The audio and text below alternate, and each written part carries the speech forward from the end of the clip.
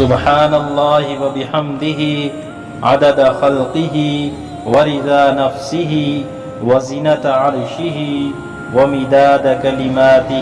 ام المومنین حضرت جویریہ فرماتی ہیں کہ ایک دفعہ نبی کریم صلی اللہ علیہ وسلم ان کے پاس سے صبح سویرے نماز کے لیے تشریف لے گئے اور وہ مصلی پر بیٹھی ہوئی تھی۔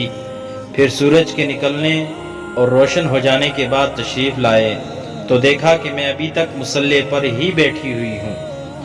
آپ صلی اللہ علیہ وسلم نے فرمایا تم ابھی تک اسی طرح بیٹھی ہوئی ہو؟ میں نے کہا جی ہاں۔